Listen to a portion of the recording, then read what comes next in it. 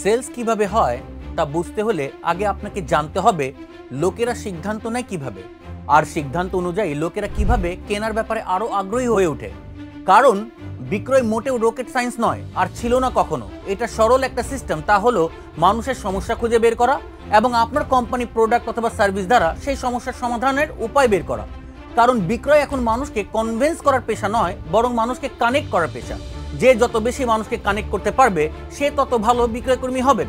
আর মানুষকে কানেক্ট করতে হয় কথা বলে নয়, বরং তাদেরকে শুনে, তাদেরকে প্রশ্ন করে।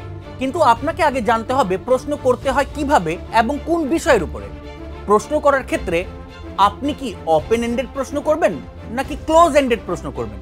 এখানে আপনি ইডিটি অ্যাপ্রোচ ব্যবহার করবেন নাকি সিপিও মডেল ব্যবহার করে প্রশ্ন করবেন? এখানে আপনার কাস্টমার ভেরিফিকেশন সিস্টেম ব্যবহার করবেন নাকি কাস্টমার ভ্যালিডেশন সিস্টেম ব্যবহার করবেন?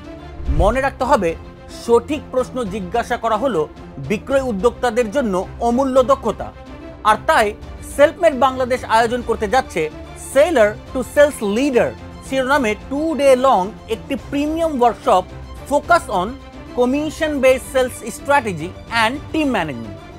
কমিশন ভিত্তিক বিক্রয় পেশা সারা বিশ্ব জুড়ে একটা সর্বাধিক পেইড পেশা।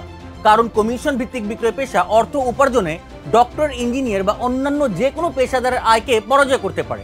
আপনি যদি কমিশন ভিত্তিক বিক্রয় পেশায় থাকেন, হতে পারে non financial banking institute, general insurance, life insurance, real estate অথবা ডাইরেক্ট সেলস, তাহলে এই ইউনিক সেলস ওয়ার্কশপটা আপনার জন্য।